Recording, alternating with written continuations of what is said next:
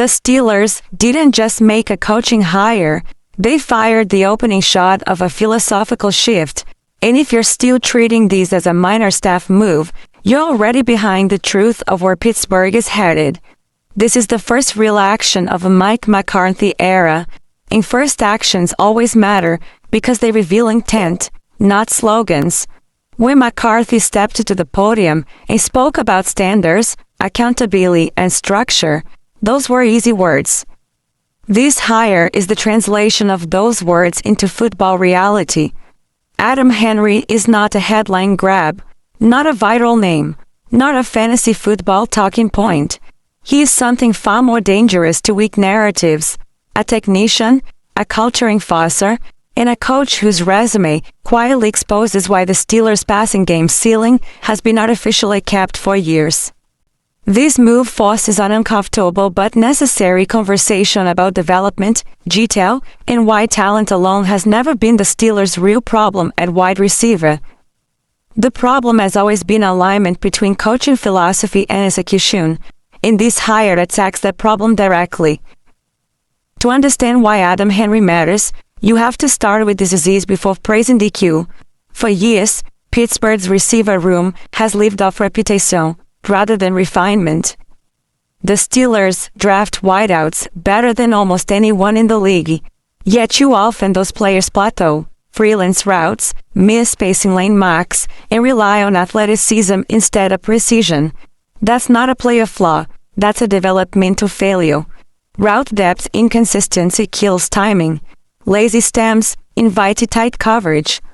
Poor release packages lean native separation against press.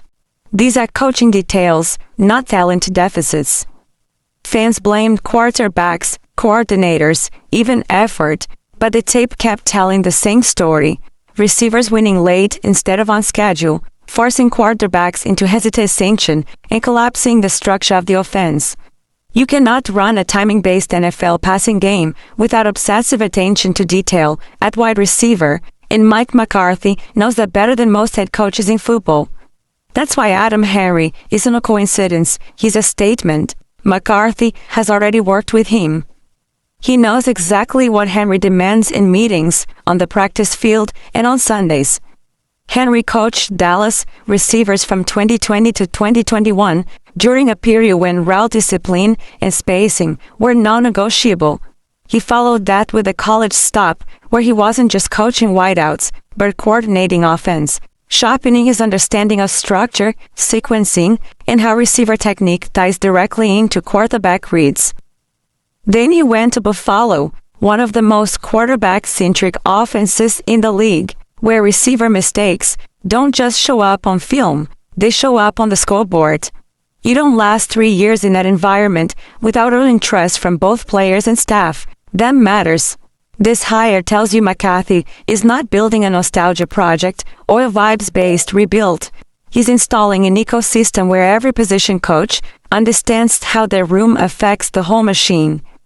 Wide receivers aren't just pass catchers in McCarthy's world. They're spacing engineers. Their splits dictate coverage leverage. Their stems define safety rotations. Their timing protects quarterbacks from unnecessary hits.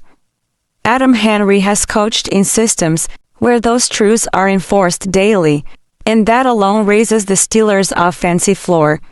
The emotional side of this matters too, because Steelers football has always been about identity, and in recent years that identity has drifted. The offense lacked chief, it lacked intimidation through precision. Defenses weren't afraid of being dissected, they were comfortable surviving chaos. Henry brings a different energy. He's demanding without being theatrical. He's detail-obsessed without being flexible. Players either buy in or get exposed. That's not harsh, that's professional football. This is the NFL, not a highlight reel competition, and McCarthy understands that the fastest way to change a locker room isn't speeches. It's standards enforced by position coaches every single day. Technically, the ripple effects are massive. Expect sharper releases against the press, especially from young receivers who rely too heavily on speed. Expect rat trees that actually look like rat trees instead of suggestions.